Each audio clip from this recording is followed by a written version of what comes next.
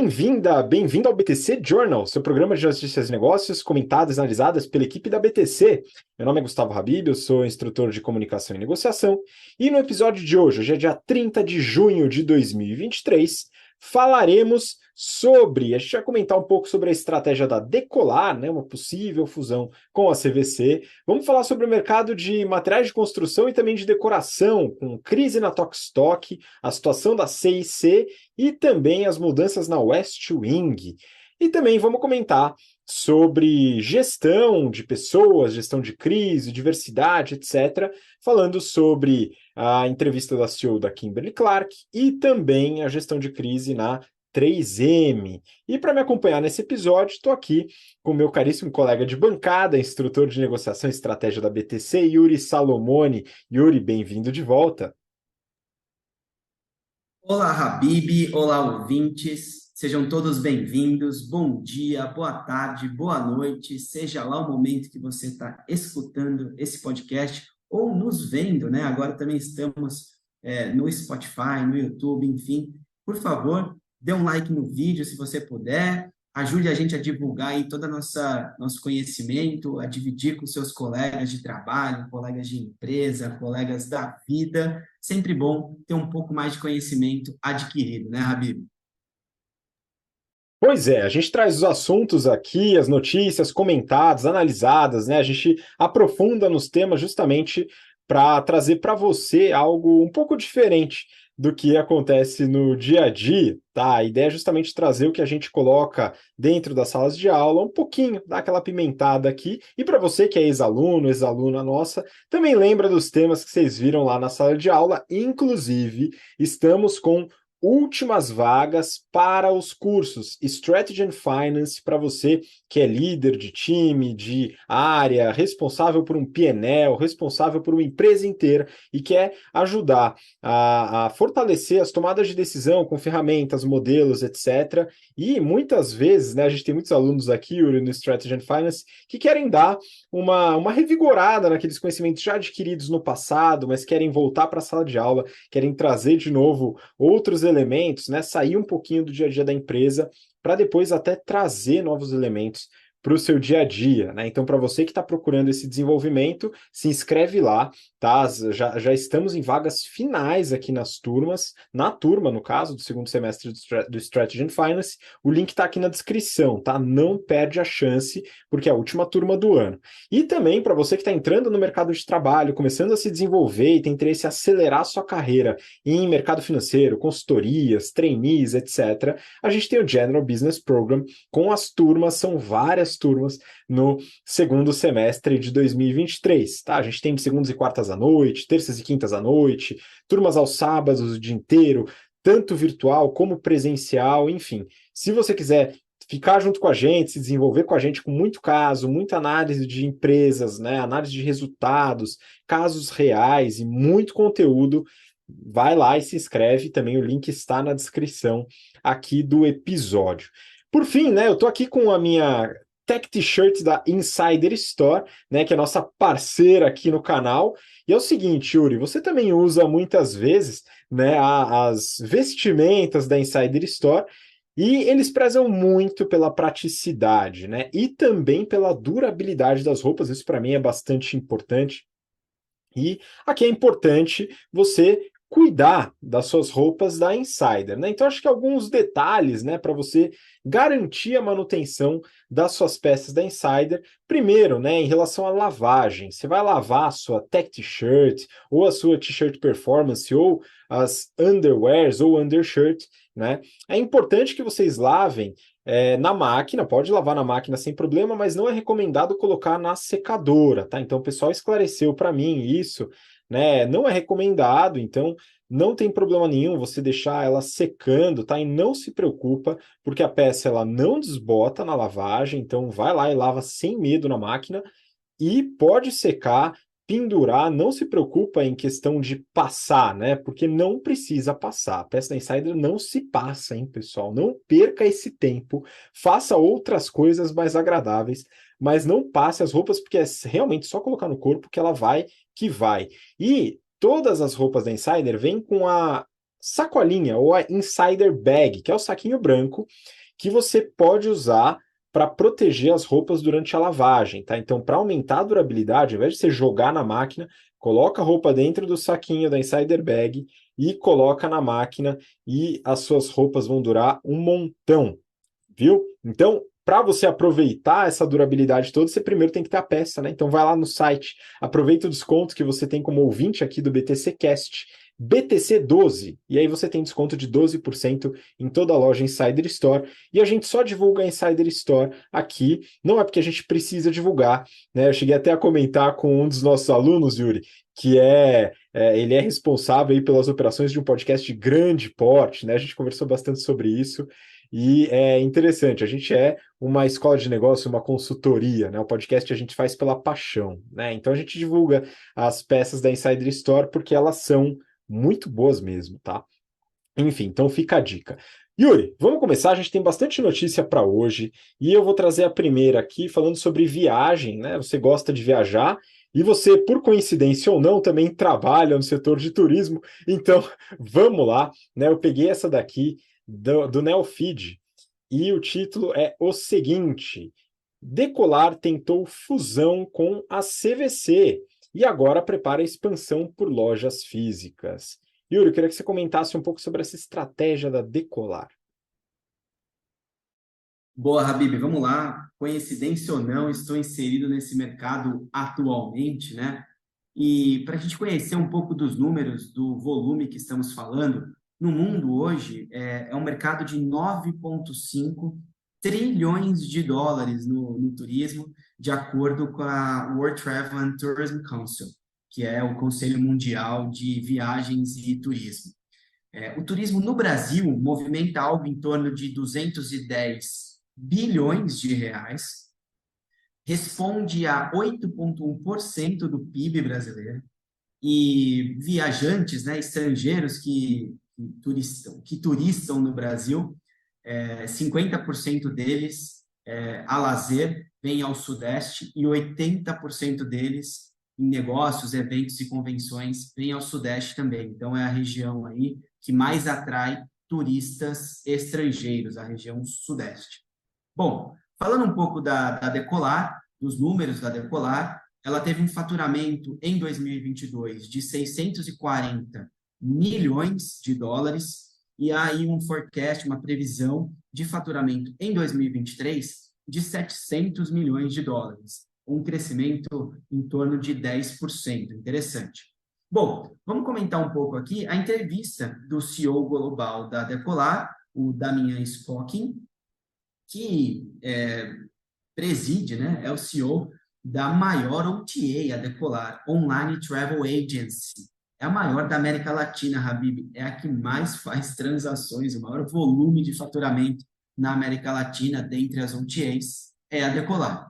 Bom, quando você é líder, você tem que continuar liderando. E para isso, você não pode ficar para trás nas estratégias de mercado.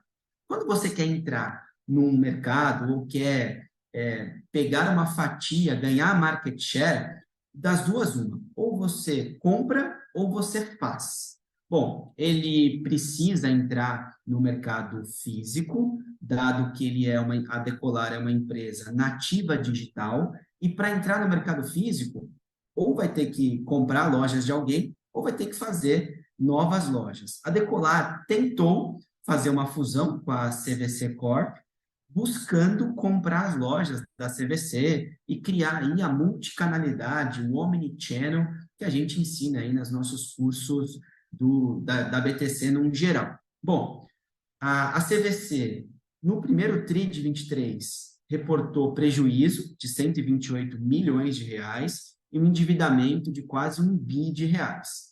A Decolar não pode parar o seu crescimento em função de uma não fusão ou não aquisição da CVC. Dado que não conseguiu comprar, vai ter que desenvolver, vai ter que nascer do zero, criar novas lojas. As negociações recentemente deram uma esfriada, que é basicamente o que a gente está falando aqui agora. Qual que é o ponto de atenção, Habib? Quando você vai para o varejo físico, location é uma variável muito importante.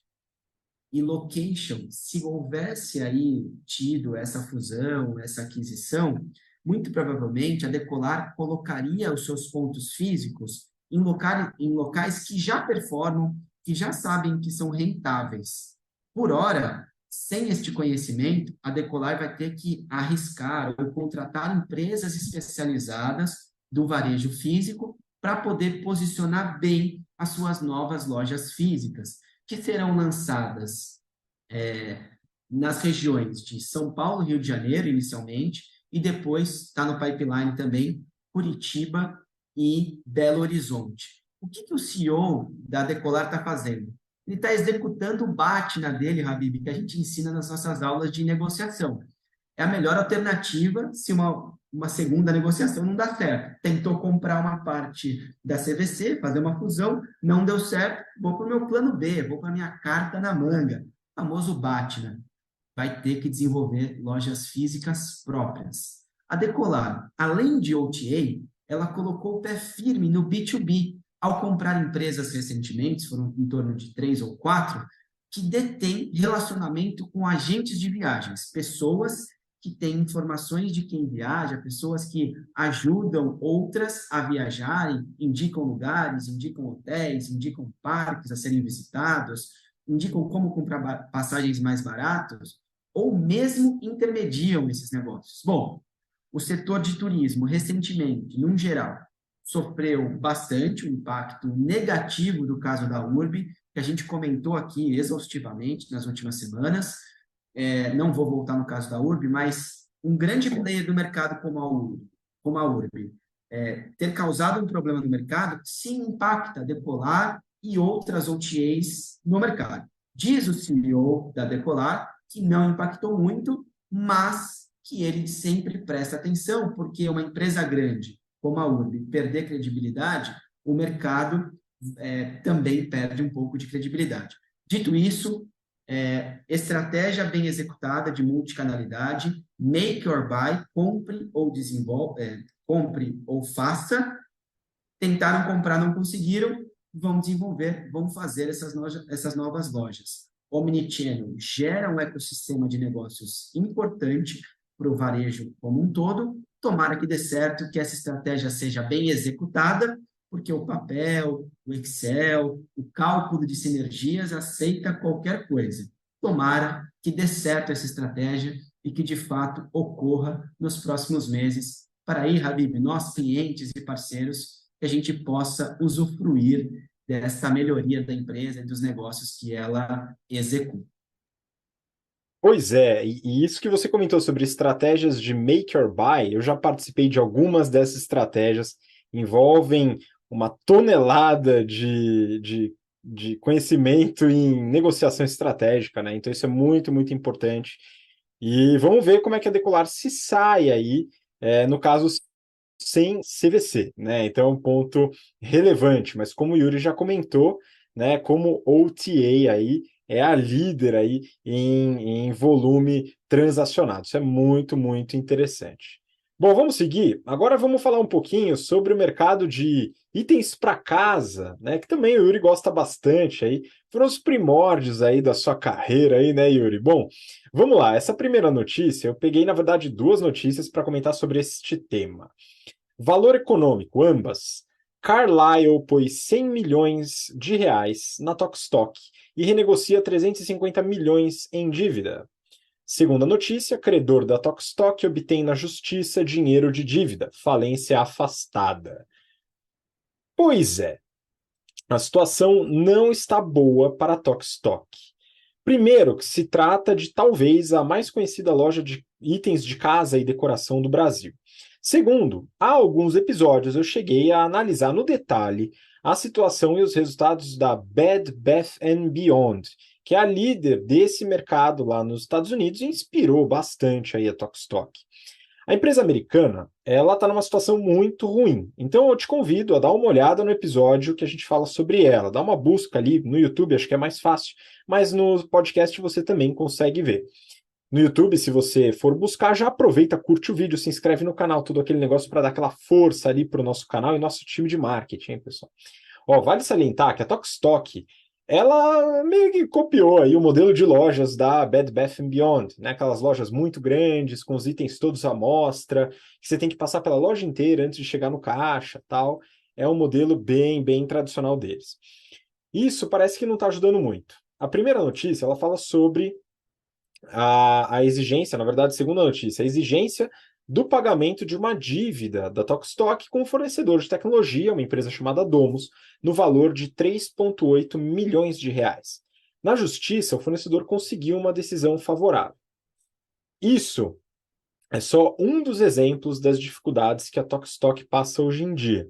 Já teve renegociação de dívida, boatos sobre pedido de falência, fornecedores cobrando pagamentos atrasados. Nesse caminho, a empresa ela fez aí a primeira dívida falar um pouco sobre isso, um reperfilamento da dívida bancária, ou seja, ela alongou a sua dívida pagando mais caro nela, né? Também recebeu um novo aporte do fundo Carlyle, que está aí no título, de cerca de 100 milhões de reais. Sobre o reperfilamento da dívida, né, é interessante, a gente fala muito sobre isso e a gente faz análise em relação a isso nas nossas aulas de finanças corporativas, tanto no General Business Program como no Strategy and Finance. E quando a gente fala de negociação de dívida, é muito importante a gente ter vários objetivos estratégicos em mente, como o Yuri tem ali, tanto nas atividades profissionais dele na empresa, como também nas aulas, que a gente passa esses pontos dentro dos cursos. Tá? Então não basta só você falar, olha, eu preciso alongar a dívida. Tem formas, tem tipos de dívida, tem custos de dívida, né? E você faz esse tipo de reperfilamento muitas vezes quando você tem uma necessidade, o que não é uma coisa tão boa. O Carlyle, ele também é investidor do Madeiro e da ReHap, ambos com muita dificuldade, né? Então eles gostam muito de risco, pelo jeito. Enfim, a expectativa é que quando a economia voltar a crescer, a empresa volta a operar no azul. Mas eu acredito que essa é uma visão excessivamente otimista. Se a gente pegar o caso da Bed Bath Beyond, as causas do encaminhamento da falência envolvem diversos outros fatores, como, por exemplo, a dificuldade de se adaptar online, o custo do estoque da operação como um todo e até os hábitos de consumo do povo americano. Não é de todo absurdo a gente fazer uma analogia para cá. A Tokstok ela dependeria muito provavelmente de várias mudanças, além do fortalecimento da economia nacional e do consumo, para poder colocar a operação em ordem. O aporte do Carlyle ele dá um respiro. A empresa não vai quebrar no curto prazo, muito dificilmente. Mas no longo prazo a gente tem que ter um pouco mais de cautela. Eles não têm capital aberto, mas em 2020 eles protocolaram na CVM para fazer a IPO, acabou não rolando, mas a gente tem alguns dados no pré-pandemia. E tem também, dá para encontrar relatório deles um pouco mais recentes, mas eu peguei aqui do pré-pandemia, até porque tenho acesso ao relatório inteiro e tal. Ó, em 2019, no ano de 2019, a Tokstok faturou 1,2 bi de reais. Foi um aumento de 6,7% em relação a 2018. Legal. A margem bruta, ela caiu, foi de 58,3% para 57%, né? E a margem EBITDA também caiu, de 13,3% para 12,5%. Ainda aqui positivo, né? Então tudo certo. E o lucro líquido foi de 53 milhões, que dá uma margem de 4,4%. O lucro caiu e em 2017 ele era negativo. O que eu quero dizer com isso? A empresa estava no azul? Bom, 2019, 2018, estava. Porém, né, a gente hoje tem uma situação bastante diferente da Tokstok. Naquela época, ela tinha um perfil de dívida muito tranquilo, né, ela era pouco endividada, tinha caixa líquido em grande parte dos períodos e a operação conseguia se sustentar. Hoje, ela teve que fazer uma dívida muito grande, tem os aportes que aumentam o custo de capital do acionista, o custo de capital próprio, né? Então tem uma série de elementos aqui de custo de capital que dificultam a Tokstok, mesmo na volta da economia, a conseguir arcar com a situação mais difícil que ela tem hoje, depois das dívidas e dos aportes. Então, por isso que eu tenho algum pessimismo em relação à Tokstok, porque se a situação fosse como era em 2019, legal, mas a situação mudou. A gente vai acompanhar para ver como ela vai lidar com essas dívidas e eu torço muito para que ela continue pagando seus fornecedores sem precisar entrar no litígio. Por favor, pessoal, é muito legal pagar o fornecedor, tá bom? Vamos lá para a próxima notícia. A gente vai falar aqui de uma notícia do Valor Econômico. e o título é o seguinte: Consultoria aponta que C&C precisa fechar ao menos um terço das lojas, diz fonte. Eu acho legal quando coloca no título diz fonte, né? Mas não falou a fonte no título, a gente tem que ir na notícia. Vamos lá para a notícia, então. Yuri, eu queria que você comentasse um pouco da situação da C&C, que está entre as lojas que eu mais gosto de passear, junto com a Leroy Merlin. Enfim, vamos lá. Bora lá, Habib.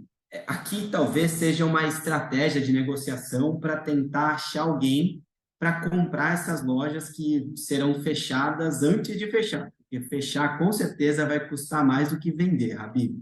Mas fechando esse parêntese inicial aqui, a CVC, ou Casa e Construção, é a maior empresa do Brasil do setor varejista de produtos de construção, reforma e decoração, esses três grupos juntos. A empresa ela faz parte do grupo Alfa, que englobou empresas do setor tais como Madeirense, Conibra, o Emura Home Center e Castorama. Deu origem à C&C. A C&C é uma das empresas de um grande banqueiro do Brasil que, enfim, colocou toda a sua fortuna em diferentes setores. A C&C possui hoje 36 lojas distribuídas nos estados de São Paulo, Rio de Janeiro, Espírito Santo, e 4 centros de distribuição, sendo 2 em São Paulo, um no Espírito Santo e um no Rio de Janeiro. As pessoas, são 5, herdeiras, colocaram à venda e encontraram dificuldades, Habib, para atrair interessados, principalmente pela dificuldade aí que a rede vem passando no quesito rentabilidade. No mercado, o entendimento é que redes como a C&C, que a gente está comentando, e Teleanorte, têm que mudar o modelo de negócio. Não devem ir 100% para o virtual, tem que aderir à multicanalidade, que eu comentei na primeira notícia, tem que evoluir como business, e isso não está sendo feito. Estratégias da Teleanorte e da Leroy Merlin, por exemplo, apostaram em formatos menores, que facilitaram a capilaridade para bairros, regiões com menores ofertas de espaços físicos, ou seja, não tem as mega lojas. Outro ponto super importante desse modelo, que Teleanorte e Leroy Merlin executam com muita habilidade, é a montagem de um ecossistema de negócio do varejo em que coloca o store in store, então é uma loja dentro de outra loja, uma marca bem posicionada dentro de uma loja.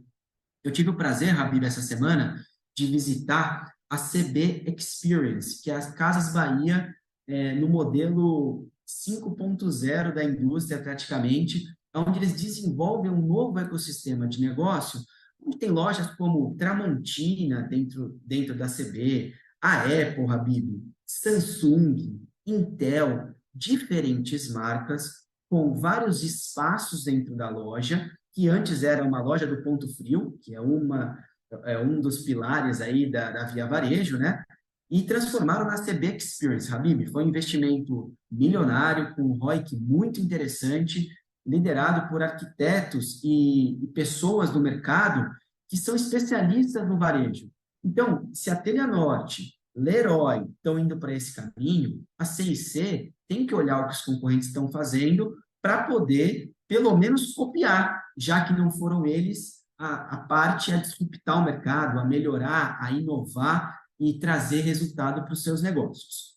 Uma das oportunidades aqui foi a não execução do processo sucessório, Habib. Então, o banqueiro Aloysio Faria, que vendeu lá atrás o Banco Real, colocou no bolso bilhões de reais, investiu em diferentes negócios, dentre eles a C&C, mas não praticou a sucessão, não elegeu a pessoa que iria suceder ele. Em 2020, ele faleceu, infelizmente, com 99 anos de idade, 5 herdeiras que não estavam preparadas para receber esse modelo de negócio, para receber essa quantidade de empresa e tomar as decisões, acompanhar a velocidade do mercado.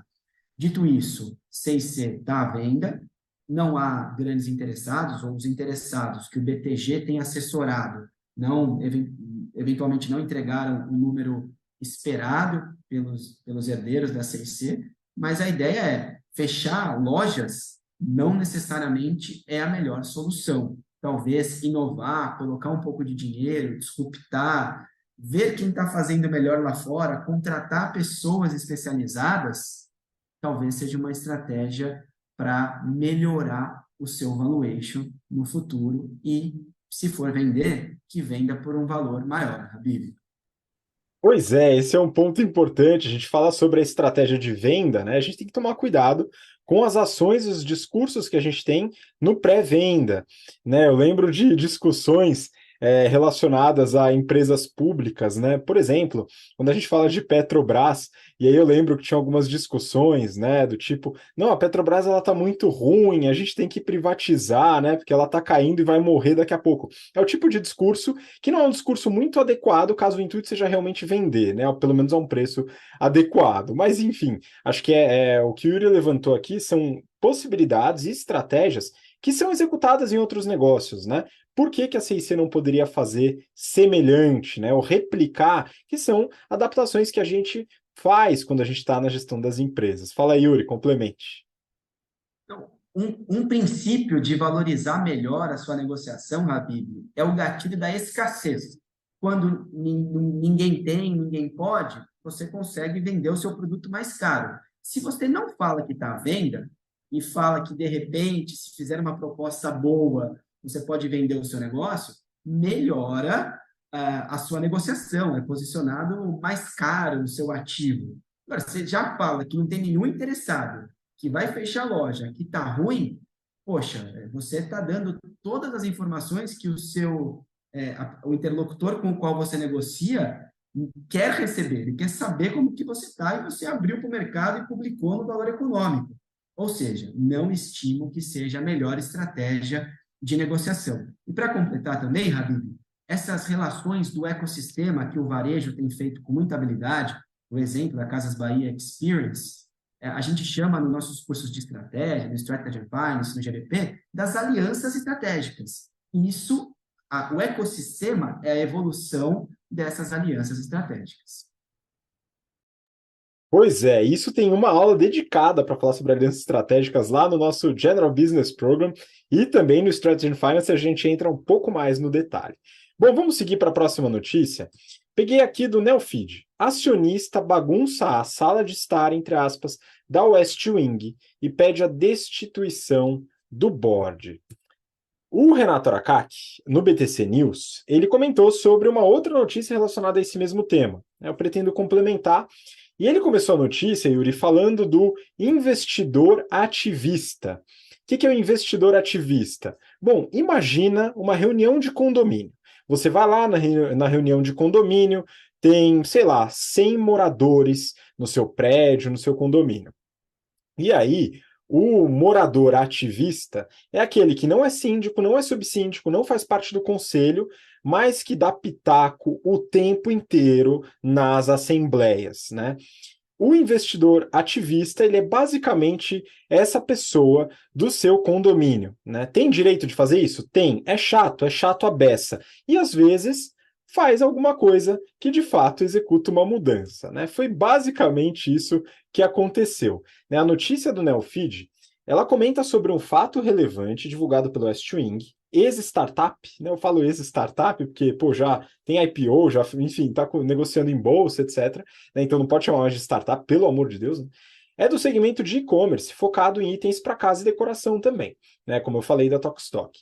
Nele, um fundo chamado Montenegro faz um pedido para uma Assembleia Geral Extraordinária. Esse fundo ele é gerido pela WNT Capital, que tem 4% do capital da Westwing. O tema da Assembleia, a destituição de todos os membros do Conselho de Administração. A notícia, ela fala sobre um momento difícil da empresa, aqui seguindo o que eu comentei da Tokstok, né, coincidente do mesmo setor, né, coincidentemente, mas o varejo todo sofre hoje. A notícia, ela fala das ações, que acumulam queda de 10% em 2023, mas que depois dessa notícia, por incrível que pareça, as ações dispararam. No dia seguinte do anúncio, subiram mais de 23%. Isso que é otimismo, né? Mesmo com esse aumento, nos últimos 12 meses, as ações ainda registram queda de 22%. Se a gente comparar com a IPO, a coisa fica feia. Eles estrearam na B3 com a ação valendo R$ 13 e hoje ela vale R$ 1,60. Comentário meu, né? Hoje ela está mais próxima do valor real da empresa, mas enfim, seguimos. De qualquer forma, além das ações, as operações sofrem bastante. Na apresentação do resultado do primeiro TRI, eles tentaram focar isso é complicado, na redução do consumo de caixa e também na redução do ritmo de queda do GMV. Ou seja, a gente queima a caixa mais menos e o nosso GMV cai, mas numa velocidade menor. É algo como antes estava péssimo, agora só está muito ruim, né? Vamos dar uma olhada nos números, né? Até para a gente entender do que se trata essa alavancagem das ações aí pós-anúncio, né? A receita no primeiro TRI da Westwing foi de 44,4 milhões de reais, uma queda de 30,6% em relação ao primeiro de 22.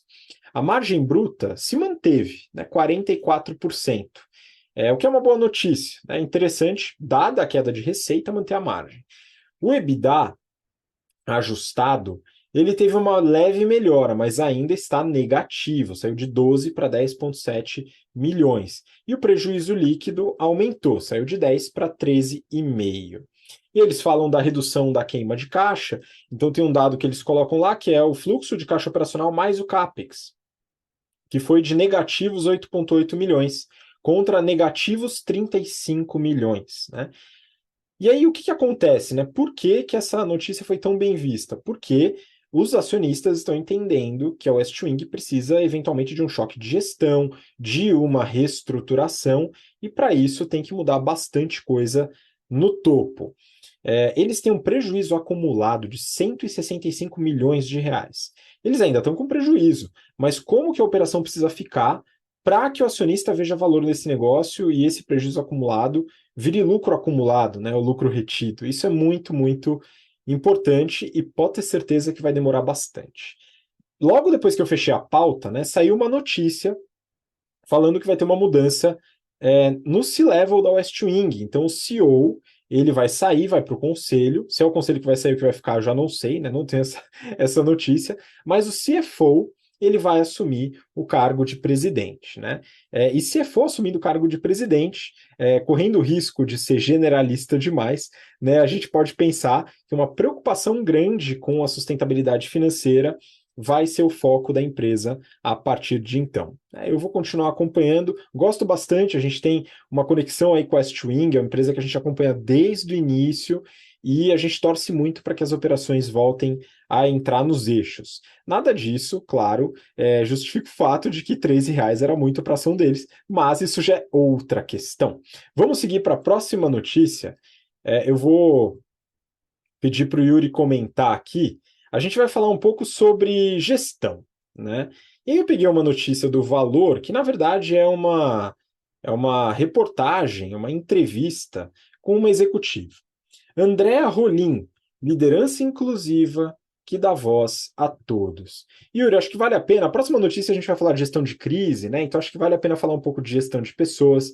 Queria que você comentasse um pouco sobre o que a executiva de uma grande empresa de bens de consumo, que você vai falar, ela coloca aí em relação à diversidade e equidade de gênero.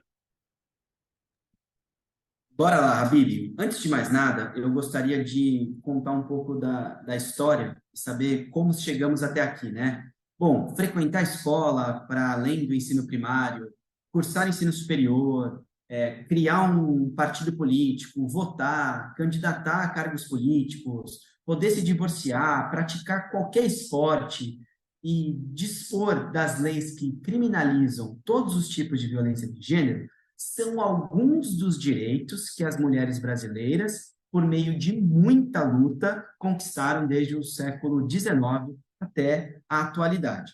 Bom, segundo a doutora de História Gláucia Fracaro, professora da Universidade Federal de Santa Catarina, a UFSC, o movimento feminista foi fundamental para as conquistas. Abre aspas. Tem muito a ver com a organização das mulheres em movimentos mistos, na luta pela terra, na luta sindical e também por meio de movimentos feministas. Os direitos à licença maternidade, igualdade salarial, eram pautas dos movimentos das trabalhadoras e do feminismo. Bom, mas quais são as origens do feminismo?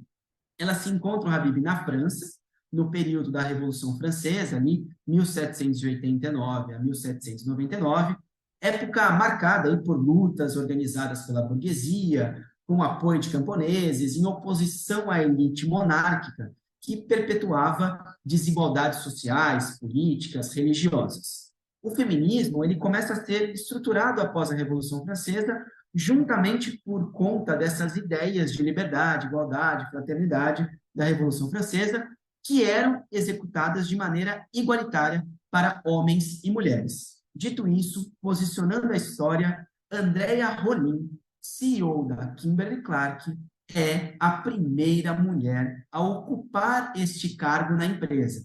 Antes de mais nada, Andrea, parabéns por toda a sua carreira, por tudo que você tem feito até aqui e principalmente o seu modelo de gestão, que tem entregue bastante resultados. Bom, quais são parte desses resultados? Né? Primeiro, que ela está envolvida com a agenda de equidade de gênero internacionalmente.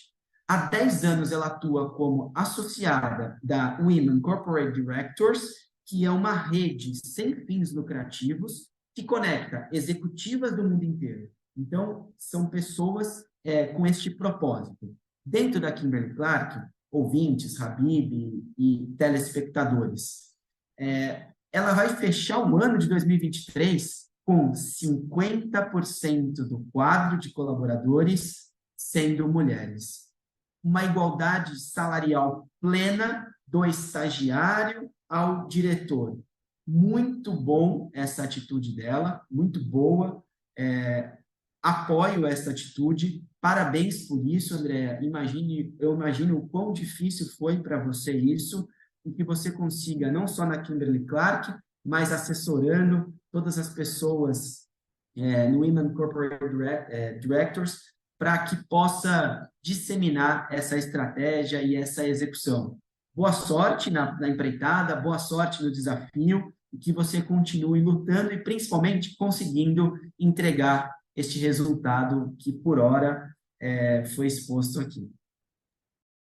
Pô, eu gostei da ponta histórica, hein, Yuri? Isso é muito, muito importante, até porque muitas das coisas que envolvem tanto lutas sociais como estratégias corporativas envolvem aspectos históricos, né? Então acho que é importante a gente partir desse elemento, e você trouxe algo que é relevante, né? Muitas das conquistas vieram através de muita luta, né? Não de benevolência de uma ou outra pessoa que eventualmente nem participou daquela eventual luta, né? Então, torço, né, que para que a Andrea Rollin tenha muito sucesso nesse desenvolvimento e já está, pelo visto, aí colhendo frutos de resultados interessantes.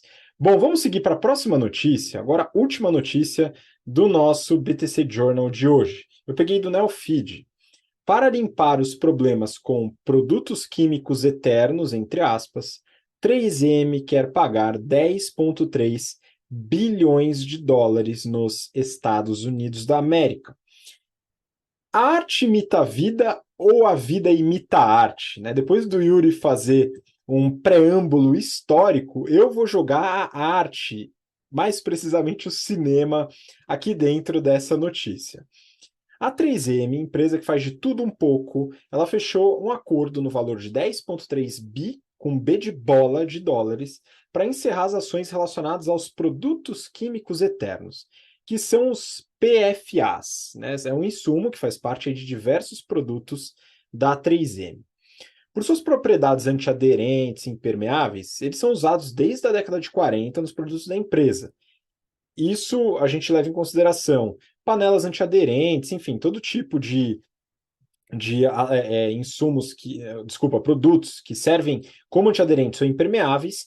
Isso inclui a espuma dos extintores de incêndio, que são os principais alvos das ações, mas envolve também vários outros produtos.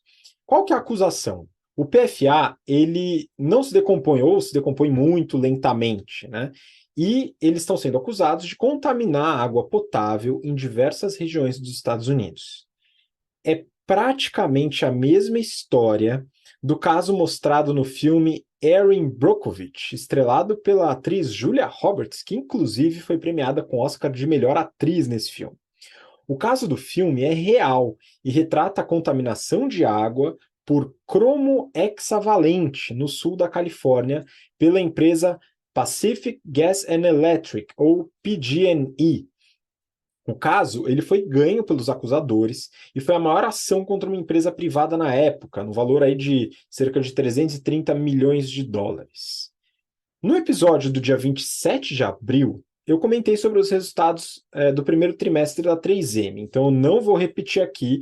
Dá uma olhada lá no histórico, entra no YouTube ou no podcast, vai no episódio do dia 27 de abril e confere lá, porque eu detalho os resultados, os produtos, o que a 3M faz, enfim. Dá uma olhada lá que tem bastante coisa. Já aproveita e se inscreve lá no nosso canal do YouTube, hein? Agora, a questão curiosa. A 3M, ela alega que o acordo não seja uma admissão de culpa. E aí tem dois pontos, né? O primeiro, que eu estava desenvolvendo um trabalho junto aos líderes, diretores, gerentes, senior directors de uma grande consultoria, Álvares e Marçal, e a gente passou pelo tema de gestão de crise. E aí essa questão tênue entre abordar a crise de forma direta e admitir culpa, ela foi levantada, né? A gente discutiu um pouco sobre isso, então eu vou colocar esse tema aqui também para a gente discutir. E aí, para fazer essa discussão, eu vou pegar uma ponte com outro caso recente, que é da Johnson Johnson e um dos produtos mais conhecidos da empresa, que é o talco. No episódio de 6 de abril do Journal, eu comentei sobre o caso do talco. Ele é um componente mineral, o fato de ser minerado muitas vezes próximo às jazidas de amianto levantou a possibilidade de que seu uso fosse cancerígeno. Milhares de processos foram levantados contra a Johnson, principalmente por mulheres, que alegam terem desenvolvido câncer de ovário por uso do talco nas regiões íntimas. Naquele episódio, eu comentei sobre a Johnson ter retirado o talco do portfólio, ao mesmo tempo em que alega consistentemente que o produto não é danoso. Eles também ofereceram um acordo falando que não era admissão de culpa. Naquele episódio, eu comentei que foi uma gestão de crise eficiente, né, na medida do possível. Crise é sempre difícil, mas, na medida do possível, eficiente. E que, de fato, não era admissão de culpa, apesar de ser uma linha tênue. Por que seria diferente com a 3M? E, ao meu ver, é diferente. Porque a questão sobre a responsabilidade não é o acordo em si. O acordo em si não é mesmo uma admissão de culpa. A questão é o objeto. Diferente do talco, em que os danos à saúde ainda não foram concretamente estabelecidos, os PFAs, eles são sabidamente danosos ao meio ambiente. Nem a 3M tem coragem de alegar o contrário. E mesmo assim, eles seguiram produzindo. Já a Johnson, mesmo acreditando que o talco seja seguro, ou ao menos afirmando isso ao público, retirou do portfólio no início da crise. A gente está falando aqui de ações imediatas, que têm resultado negativo financeiro para a empresa, né? Olha, é claro que existe a possibilidade de que as empresas sabem dos danos e continuam produzindo para garantir o lucro do acionista. Essa possibilidade existe. Eu nunca vou acusar sem provas esse tipo de coisa, seria absolutamente irresponsável da minha parte, mas também, eventualmente, não posso excluir a possibilidade. Mas eu não vou entrar nesse mérito, a questão não é essa. A questão é a percepção do público na gestão da crise. Se a 3M quisesse sair bem dessa, é melhor ela abandonar o PFA imediatamente, e não em 2025, como ela anunciou, tal, e começar a torrar dinheiro em propaganda falando sobre como está ajudando na redução de danos ao meio ambiente. Ações de gestão de crise, para que elas sejam bem percebidas, elas precisam ser imediatas e bem divulgadas. Caso contrário, essa percepção de admissão de culpa ela acaba sendo bastante latente, né? O público acaba percebendo que esse acordo é, de certa forma, uma admissão de culpa, porque a empresa não fez o possível ou o necessário, na visão do público, para que a melhor solução se estabelecesse. Então, é tudo uma questão de percepção, por isso que é muito importante envolver os times de comunicação, de publicidade, principalmente relações públicas, nesse tipo de gestão de crise e não apenas delegar ao jurídico. Isso é muito importante.